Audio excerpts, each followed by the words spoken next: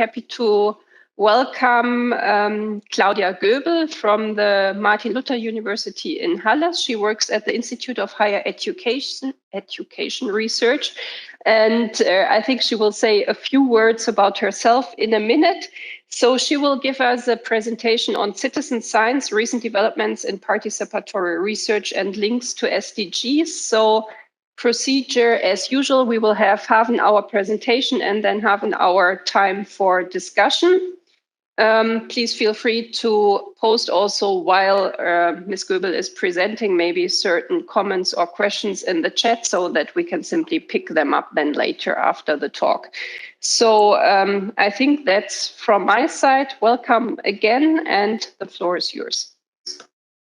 Thank you very much for the warm introduction and also for having me for this talk. A few words about my background. I wanted to say I am situated in science and technology studies, that is sociology of science and technology.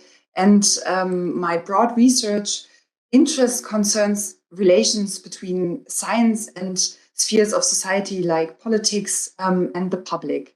And right now, I especially research changes in the institutionalization of participatory research that come with citizen science, so very much the topic of the talk. And previously to my research job right now, I was employed at the European Citizen Science Association, that is a network association that links people and organizations who do citizen science in Europe, and is located at the Natural History Museum in Berlin.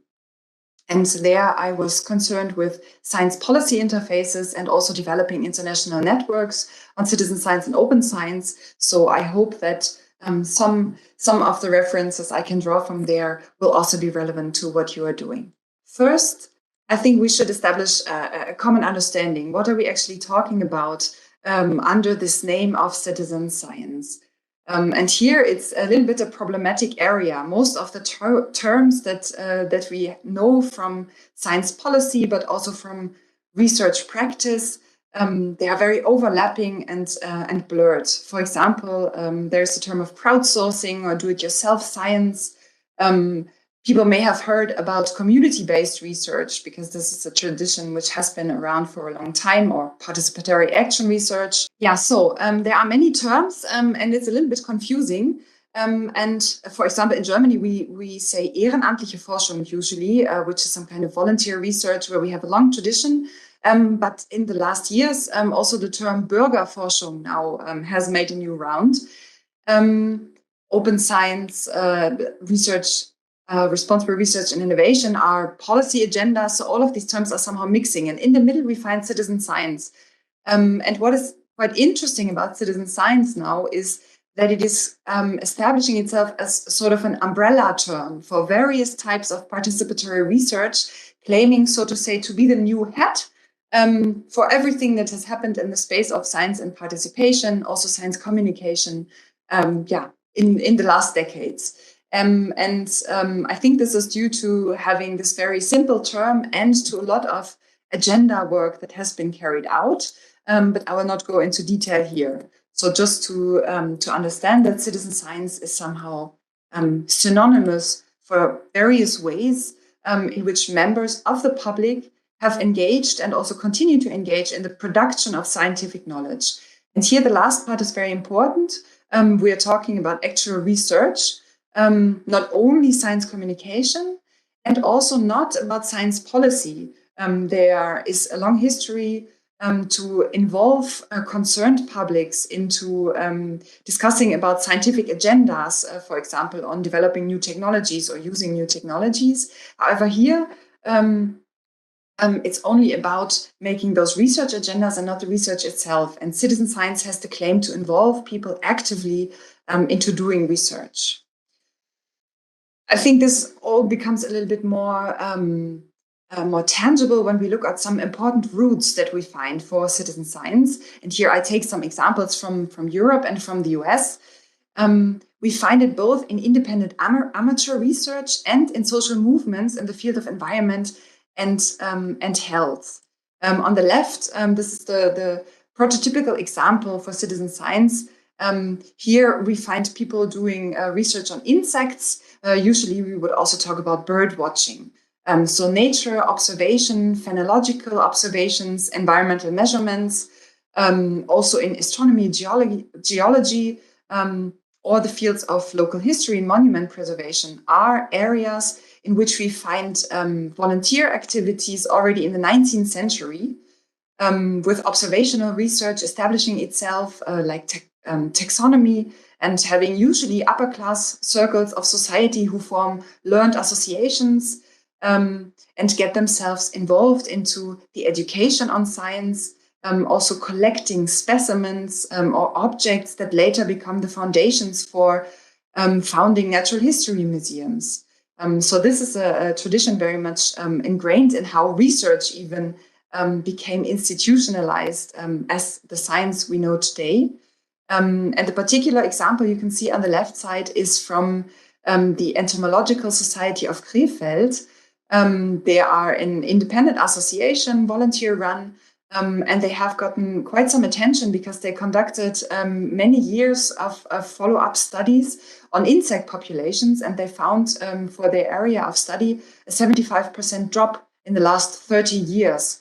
And this then got a lot of media attention because there was obviously a scientific publication linked to that. So this volunteer data and knowledge is becoming foundation for the research in that field. And here we have amateurs working in their free time and also possessing a certain kind of expert knowledge that today in institutional research is not very often represented anymore, because the research topic that are relevant internationally, they have moved on to other questions. And so we find these amateur associations usually as the last ones preserving this knowledge and giving it to new generations. And the example on the right now, we switch to social movements that draw on research to make their voices heard and also to call for policy action. And we find those type of activities usually related to environmental pollution, for example, linked to technologies like in the chemical industry, or also the use of nuclear energy. We also have it in the field of public health, sometimes linked to environmental issues, but also independently. For example, when we have patient organizations forming who propose and call for doing new research.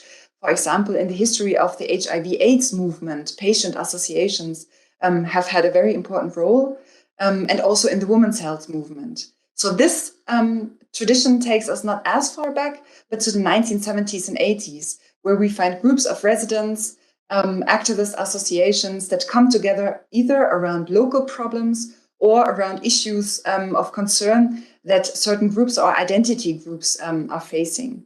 And the particular example that we are seeing here is a group of residents in the US, in the city of Niagara Falls, where there has been a chemical industry scandal where a neighborhood was built on top of a large dump for toxic chemicals. And the residents there noted very severe health impacts, and then called for studies and leveraged also the US Environmental Protection Agency, and that all led to changes in environmental legislation in the US.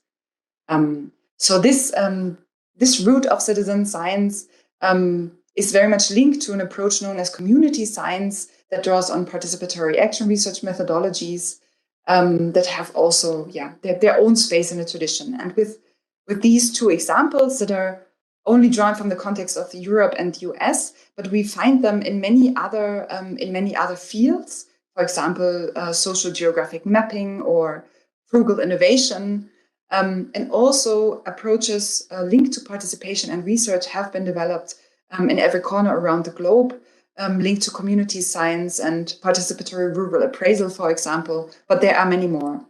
And what we also note is that these practices that I've mentioned that date so far back, they still exist today, but now they are complemented by other approaches that now coexist in a different institutional environment. And this is what I'd like to focus on now. How does the field look right now? I think we see three important extensions. The first is by technology.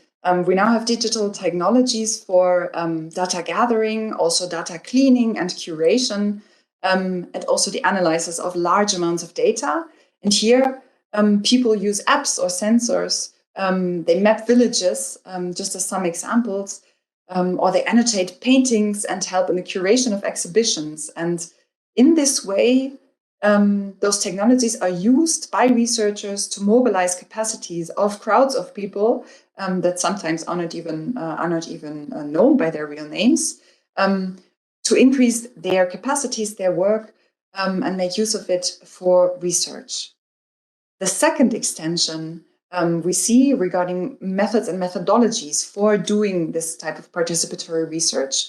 And here we find new ways for working together in the research process that have been developed in the last years. One big keyword for this is co-creation. Today, many research frameworks, but also policy agendas mention co-creation in a process where volunteers and professional researchers work together across different steps of the research process to develop questions together, but sometimes also only to do the data analysis together, also to work together for the publishing of the research findings. We also see better participation, so qualitative improvements. And I think that such methodologies for participation are today much more diffused than they have been before. And the third extension concerns innovation and research-related activities, so science communication and science education, which are used to support research in particular projects, but also science as a whole. And here we see such approaches like research-based learning or direct public involvement. People are also speaking about a participatory turn in these particularly fields. And all of that is happening in an increasingly institutionalized fields. For citizen science, we find a community of practice that is drawing on many traditions of participatory research. And this community is coming together in conferences, networks, is developing platforms for exchange. So here we see a lot of networks with tight contexts. And citizen science has become an approach where you can get funding for. So it has also been institutionalized in the research programs, both nationally and internationally, mostly in the fields of open science, science communication, but also environmental research. And thirdly, citizen science is increasingly adopted by research organizations. And I think this is also contributing to making the approach more well-known. So we find citizen science as a landscape of multiple types of activities in really virtually every field of research that exists, and also including different levels of participation. Some rely on only involving the public in gathering of data. Others work with very small groups and do co-creation along the whole research process. And the topic of sustainability, which has been central for the development of citizen science from the very roots, is also very popular today. And this is what I'd like to come next to, the link of citizen science and the sustainable development goals. It is quite a big topic in the I would say scientific community around citizen science. We find a lot of literature recently coming out on this. And I have just broadly clustered this into two big topics that we find in these discussions. One is how can citizen science contribute to sustainability transitions? And here I'm drawing on a paper by Sauermann et al. And they identify three ways in which citizen science can contribute. One is the identification of problems for research and also the setting of research agendas. And here we find much of the type of activity that I've discussed regarding the social movements. So issues of concern being identified together with the groups which are affected by those issues, and also involving citizens in the negotiation of different values and of how those topics can be addressed, both in research and in policy. And another way of how citizen science can contribute to sustainability transitions is by resource mobilization. And here we find a lot of the characteristics that I've mentioned regarding this other type of citizen science, where the capacities of public are used for research, especially by using digital technologies. And these capacities can be the work, the observations, the sensor data, or the technical knowledge that are leveraged for research. And the third point would be to facilitate socio-technical co-evolution. So here, sustainability is thought of not only as a technical issue that one can solve by developing better technology, but also linking to social aspects, for example, learning or behavior changes, or also taking cultural and socio-economic factors into account, developing social innovation, and also involving the public and sharing the building of foundation for new advocacy work also by civil society groups. So this for this whole first area of contributing directly to sustainability transition. And then there is the second big area is reporting on the SDGs. And here I've mentioned two papers that see citizen science first and foremost to contributing to monitoring SDG implementation. Here we speak of citizen science in terms of a non-traditional data source for monitoring how SDGs are implemented, both nationally but also on an international scale.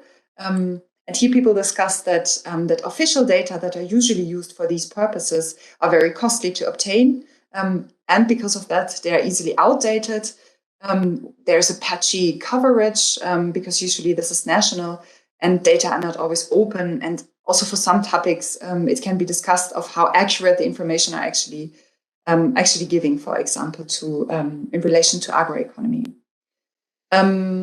And another area that people are exploring is if citizen science can be used for the development of new metrics and indicators to measure SDG progress. And lastly, also, maybe there's the potential of using citizen science to translate global agendas such as the SDGs and their indicators to a more local scale and to make this more meaningful for people's everyday life. So this is a work that can be carried out together with publics.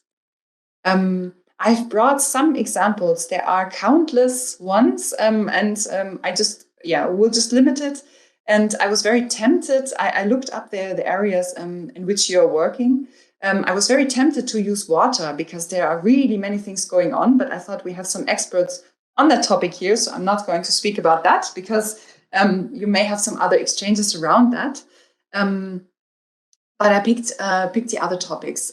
First, on the example of food systems. And here, my idea is really just to illustrate with some broad strokes, how this field of citizen science can look for the example of concrete projects. I have picked the example of two EU projects, and the one on the left is dealing with value change for underutilized crops. And here they combine a top-down approach with a bottom-up approach, and the bottom-up approach is made up by citizen science, and they use that to co-create and test ways to transform value chains for these underutilized crops by identifying impact assessment tools together with people at a number of pilot farms. And they identify ecosystem services and agroeconomic business opportunities. And this is where researchers work together with people around these pilot farms. The other example is the Landsense project. And here, the big idea was to use data from satellites on Earth observation and link this to data that are more based on what people see on the grounds, usually in terms of photographs and map data. And if you're trying to combine these type of data sources, then a lot of verifying and alignment has to be done. And this is where volunteers are coming in. They're usually engaged digitally through platforms and through apps. And for this particular example, photographs and satellite data were used on land cover and land use changes. And based on that, there was also an app developed that then was used by farmers and also by volunteers, bringing the satellite data together with data on crops, irrigation, and the nutrients that the farmers were using.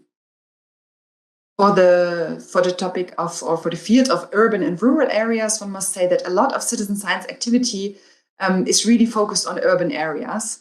I imagine because it's very easy for the research institutions to leverage communities here, because there is a lot of community organizations going on in the cities.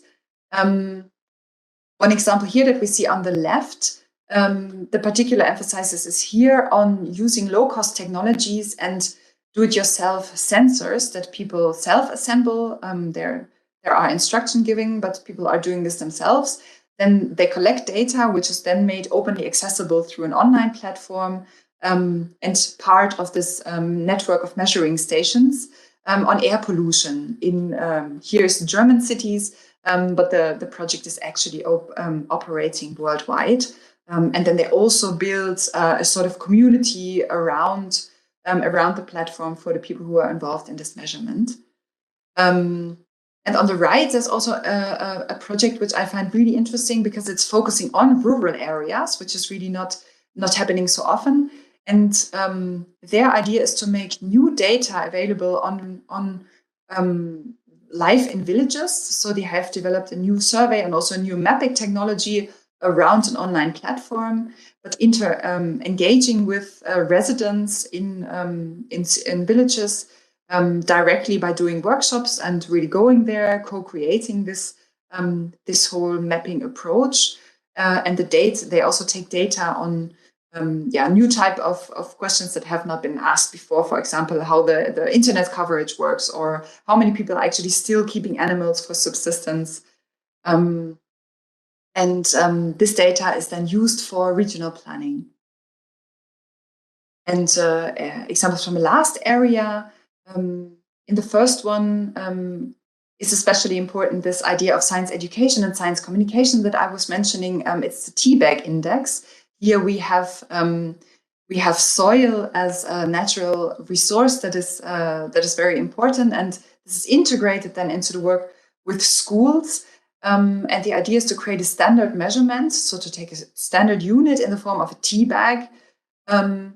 And these tea bags are then dug into the ground for some time, then dug up again and weighted.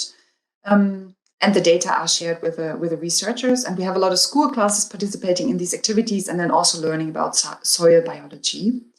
And a final example is a project by the UNDP Accelerator Labs that I've also drawn on citizen science. And here for a study on household wage in the Paraguayan community of Tonosí, where residents have measured the waste that they are producing. This data is then used in waste management plans. I wanted to just round this up by thinking together about what can we now make of it? And for me, the big question is how to link the promises of digitalization of research with meaningful participation. And in my research, I approach this as a question of infrastructure. So how do we build the infrastructures for science, especially now with increasingly going digital, that are going to shape the ways that we can do research in the coming decades? And I think it's important to look at this through an angle of infrastructure, to go beyond the individual level and always talking about the researchers and the volunteers, but to also examine how organizations, how networks, and how the whole policy environment influence what we can do in research. And in this whole space, I believe that citizen science creates a very, very small new corner where participation relates to research also plays a role. And I think this gives us a tiny space that is, by no way, just as big as the whole institutionalized science is today, but a tiny space to think through new ways of working together. And I think with citizen science, we have a situation that is very much linked to the way that established institutionalized research is structured, more in terms of those big motorway infrastructures, we see a development in the direction of platformization of digital projects, of crowdsourcing, datafication. That is usually the focus of many projects, and also a certain kind of eventization. So campaigns are conducted to engage citizen science in focused ways. And this whole landscape is also dominated very much by Europe and the United States, so Western science and technology. And with these developments, I think we have some tensions. And those appear between big and small data. And I think we can also speak of big and small participation. So citizen science can be used to gather large amounts of data or to analyze large amounts of data. But usually this is only linked to very little involvement by the part of volunteers. And then there are projects that focus on deep participation, but they can by no means reach a very big audience. And while I think that is, we can never have everything, and there will all general setting, I think, is characterized by a disequilibrium that tilts towards the crowdsourcing and anonymous engagement, and also perpetuating inequalities and inequities that we find in research. And I also think that there's a danger of promising too much. Citizen science is becoming this umbrella term, I think also because it is stepping up to claim this is the new cure for research and for finally having digitalization and science and solving also a lot of the IT problems that research institutions sometimes have. By linking it to also the big promise of making participation finally real and relevant, and linked to one of the biggest topics that is shaping how we live together today. But then, if this is promised, and then we find projects that are only relying on crowdsourcing, and people are not really hearing back from projects, or it's very much project focused. So once a project terminates, then also the community is no longer existent. Then this can create frustration by the part of those people who have engaged, increase the mistrust in science, and also add to the bad experiences that some communities have had in the past with research. However, I believe that there's also an opportunity space if the inequitable conditions are taken into account and addressed upfront. And I think there are three things that we can consider for using this opportunity space. And one is regarding data. I believe, for example, that for the field of social science, in citizen science, there's still a lot of space to develop, especially with making contribution to the Sustainable Development Goals. And here, really, we find the possibility to create new types of data and also to expand this whole working together with volunteers, not only for analyzing data, but also for interpreting it. And here, a lot of potential also for data literacy and for working together in research. And a second form would be regarding the forms of cooperation, of how we come together in these digitally shaped environments. And I believe that we can use the hype that is developing around citizen science to build new and also sustainable ways to come together around some issues of concern. And here we can think of open infrastructures for research, but also of how the established science organizations and institutions can change and embrace maybe new roles for becoming facilitators for community participation. For example, natural history museums are such a space that are changing in these directions right now.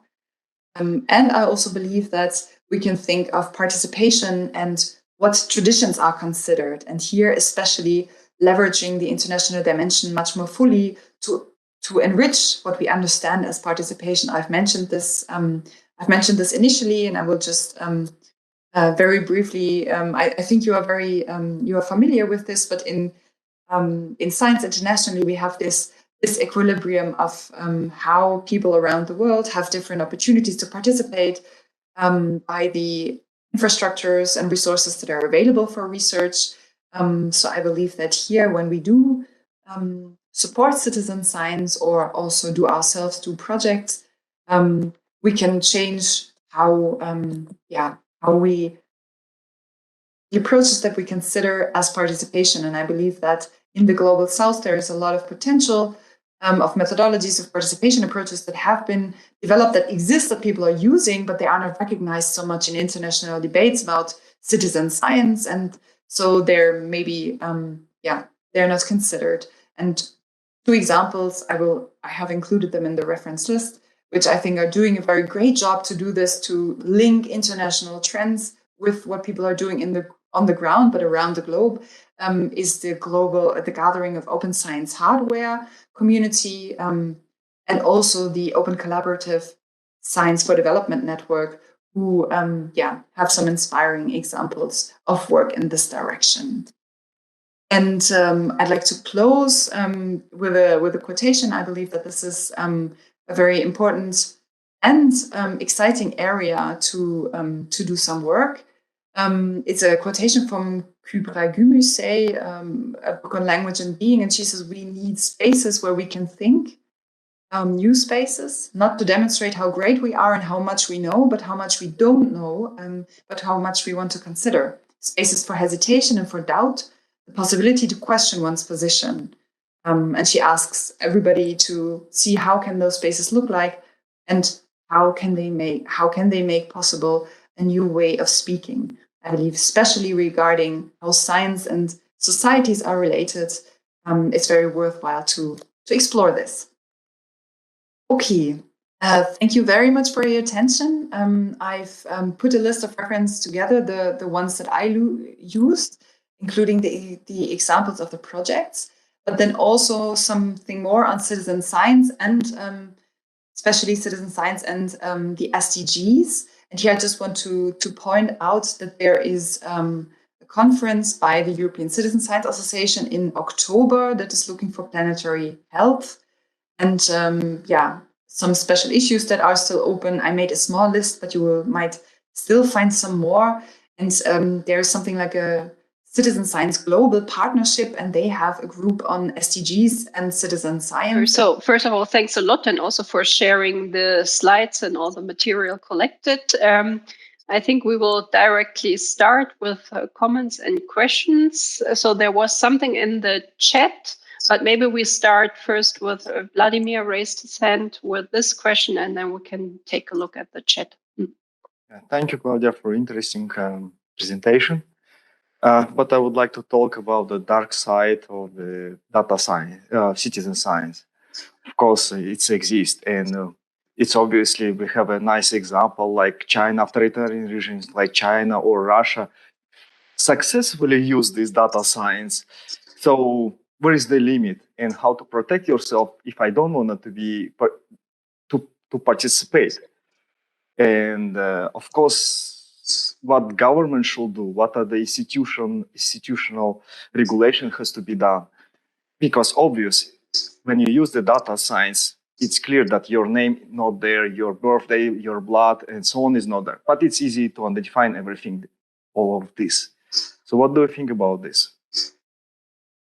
It's a very good point. I also thought while I was accompanying the growth of this field of citizen science, I always thought that let's wait until we have a prominent case of fraud or of people from a social movement that is maybe not in alignment with our own values, is making use of citizen-created data for proving their theories on something. So I believe it's a really important issue that you have raised. Regarding government action, this I cannot say much about it at the moment, but I certainly think that there has to be some regulation.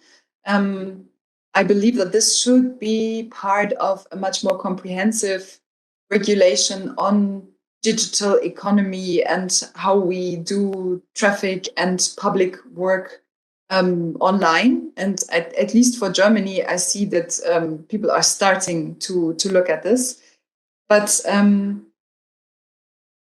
and I think, this is a fundamental space of creating the legal frameworks that, protect people, but also then allow action against against bad things. In terms of communities, I believe that, at least in citizen science community, we see a lot of discussions around ethics and around quality standards that are enforced by the people themselves who are having those projects.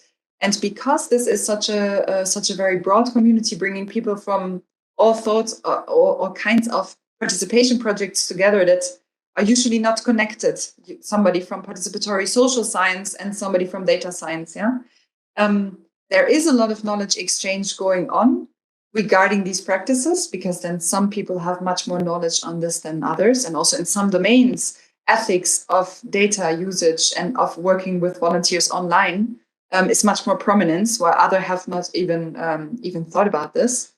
So I see a lot of this exchange happening, but I believe, especially regarding digital rights and also cyberbullying or problematic areas, there should be much more activity.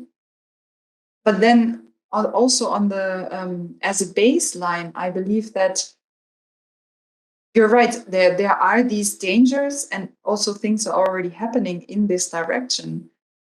But then on the other hand, I believe that it is not this whole participatory trend is nothing not just a characteristic of citizen science. It's something that we see in all sectors of society, and it's not stoppable. And I also believe that things are becoming more open and more participatory, and it is not possible to now make the boundaries again and solve things with only professional circles, how this has been happening until now. So if this is not possible, then I would say those type of projects are a really great resource to work together with community groups, with education facilities, to do work on science literacy, but also then on data and IT literacy, and to become much more open to talk about these issues and to make people aware of the dangers, but also co-develop ways of addressing problems. Thank you. Okay, thanks. There was something placed in the chat by Julia Lorenz. Maybe you want to ask it directly, or is it more like a comment? I think it's about social science don't feel included in the SDGs. I can tell something to that question, or to that what I put in the chat. My background is from the biological sciences, and often when I talk with people with a social science background, they don't feel really included in the SDG framework, and they often have problems to come up with ideas for their citizen science projects. And I wanted to ask you, Claudia, maybe you made the same experience, or maybe others from that group today have the same experience made, because the funny thing is actually they are also covered in the SDG framework. So yeah, I'm really excited about your answer, Claudia, and thank you. Thank you. Yeah, I've made the same observation. I think for maybe it's just a way of the type of policy agenda that are relevant for people in the way when they do research, what they come to know of, what their colleagues discuss, and maybe also a way of claiming relevance for the own discipline or for the own scientific work that is different between natural sciences and social sciences. I believe that in the social sciences and humanities, there is a whole different culture of that values very much the argument that we are not so active in society. This research is a special practice of creating knowledge. It cannot be done by everybody so easily. And this is historically a way of how those disciplines are actually establishing their relevance. And so then maybe they carry this forward. This is taught to new students. So societal relevance is often seen rather critically in the social sciences. And you meet people who are who would always say that, of course, I'm a politically active person, but this is only what I do in my free time, and my research is only research, and it has nothing to do with science policy, for example. So this may play a role. And yeah, maybe it's also a question of science communication. And this in this time, maybe communication of the Sustainable Development Goals. So there can also be more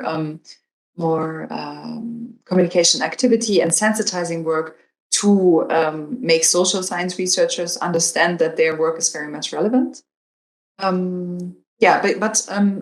especially in the field of citizen science, we conducted a study on projects in social sciences and humanities with participation elements, and many of those were very aware of the SDGs and were also seeking to contribute.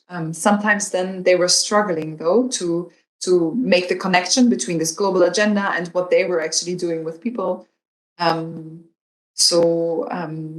see a lot of work going in this direction. And also when we, I just mentioned this very briefly, but there are these efforts underway to study what indicators of the SDGs are citizen science projects already contributing to. And so then people make maps and see where the data is going. And some social science projects, they may not have or not even only social science projects, but citizen science projects in general, when they are community run, then they have small associations and they often do not have such the tech capacities. They're happy if they can implement what is necessary to do the research. And then maybe this is other questions of data management, data stewardship, to make this data then openly available and even linked to those indicators. So I think this is maybe coming on top of it. Okay, thanks. Even though I am not sure I fully agree, I also would call myself a social scientist. I'm a food economist, and I think I care about societal relevance. Maybe I misunderstood, but I think in the fields we work, it's a lot of applied work and also in terms of societal relevance. I don't know about what kind of social science are we talking right now? Thank you. Yes, this is a very, very important remark. I've made a very, very general comment around social sciences and natural sciences, which is obviously way too simplistic.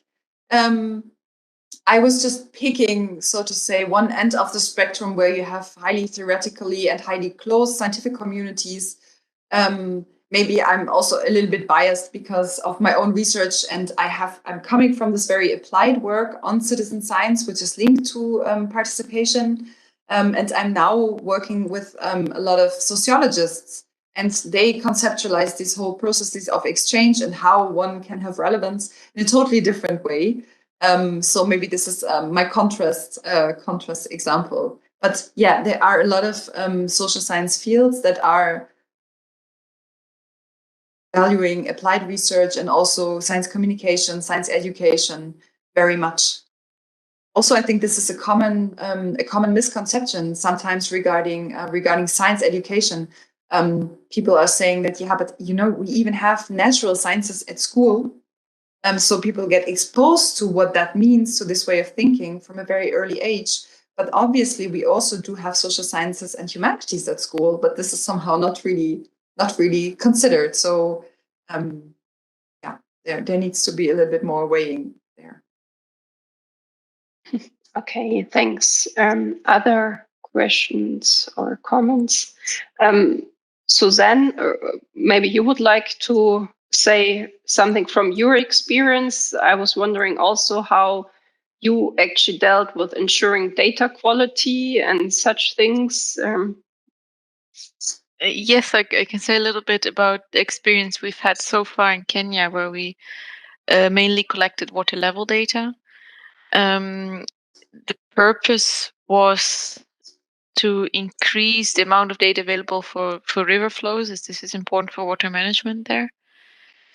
And one of our main constraints was how to keep people engaged or how to make it relevant for them.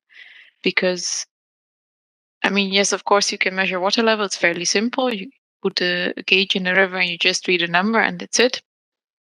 But why would you do that if you don't see the benefit of this? And this is also how we saw people drop out of the program, because partly because I think they had expectations. We're now going to participate in collecting data, and this will improve water management, and we'll soon have more water available. But of course, we couldn't realize that. This was one of the main challenges that we had in terms of data quality. We did have 2 sites where we had an automatic sensor installed at a place where the citizens would also measure, and we would then compare the data that the citizens collected with the data collected by a sensor. And this is then assuming that the sensor is always doing the right thing, of course. And we found that they actually measured fairly accurately. We did the same with precipitation, actually. This was a little bit more difficult.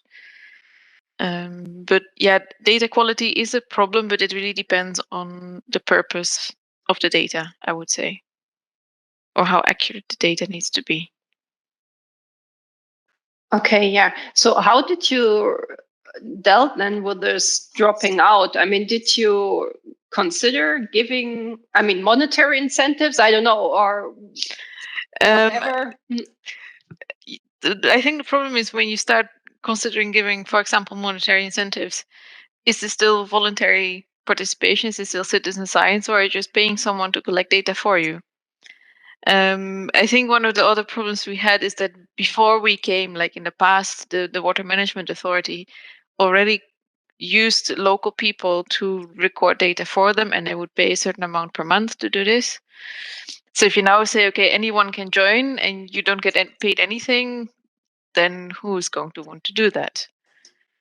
What we did do, because this was a very rural area, a lot of people didn't have smartphones, so we used a simple text message, but they had to pay for the text message. So at one of the sites, we reimbursed the costs, or we doubled the reimbursement. So they actually got a small bonus, and we found that this actually motivated people more to submit data than if they wouldn't get anything. But at the same time, the question is this really citizen science, and or are you just paying someone to do the work for you? And what do you think? I see it more as having cheap labor, unfortunately. Yeah. So for you, citizen science would be, but what is then, so it's always about intrinsic motivation, or, what is then, how to say, the limitation? Yeah, it's very difficult to make a clear definition of what is citizen science, I would say. I understand giving people something back for what they're doing, absolutely. Maybe not monetary, but in another form, although don't ask me what. So in the new project that we're starting later this year, we plan to work with tourists on, for example, Mount Kilimanjaro, hoping to use their curiosity or interest to participate rather than promising them something that their data is going to contribute to better water provisioning in the future. Not necessarily saying that this is citizen science and the other isn't. But what's your opinion on this, Claudia? My opinion is that citizen science is a label that people use for many different purposes. And first and foremost, from my scientific perspective, I observe that, and I try to make sense of it and see, okay, what development do we see then? And for my for my work in the field, I try to push developments towards more equitable ways of working together. So there, I would say, if under the label of citizen science, we can do something where we believe that this is very meaningful, both for the research, but also for the communities, then it's fine to call it citizen science. So I would not make this, I would not ask what is called citizen science to make it a yes or no decision. Are we part of it or not? But I think if it's meaningful for the community and possible for the researchers to give monetary incentives, then it's no problem. We do it in many different ways of participation and research. Do have a tradition of using monetary incentives. That doesn't make it less research. And if we don't pay, it can still be cheap labor, but then not at all paid. So I don't think that it's a question by principles, but rather figuring out ways to, like you said, like giving something back, creating something meaningful, making this science meaningful for those who are involved. And there may be different ways to it. And then this can be citizen science. If that is useful for, calling the project, for making it maybe understandable to those who shall participate or to those who give the money for it. But then obviously, I think it's also a question of, is this a community that I think I would like to be part of, this citizen science community? Yeah, do I identify with the values, or are those quality criteria that they make up, are they useful for the project? Do I get something useful out of that? If I wouldn't find anything of use in there, then maybe I would also not. I would adopt another label and rather say, like, I'm an open scientist or so. Then I think there are these different communities. But that's my way of going about it. I don't know how. Yeah, much to generalize from that. Yeah, thanks. Interesting point. I also never thought about it. If I actually do a survey and pay people to utter their opinion, do I do citizen science? I don't think so. But I think that's the point what you right now brought, what to give back and how they are involved. Okay, yeah. Further comments or questions? We still have 2 minutes left. And just to say, for example, at citizen science platforms or organizations, this question is a very serious one, and people are deciding about that. No, and my colleagues at the Natural History Museum, having the platform for Germany, they frequently had to decide: is this a citizen science project? So can we have it on the platform? And especially in the early years, there were many surveys saying, "Hey, we do citizen science, right? Have always done it. It just had a different name."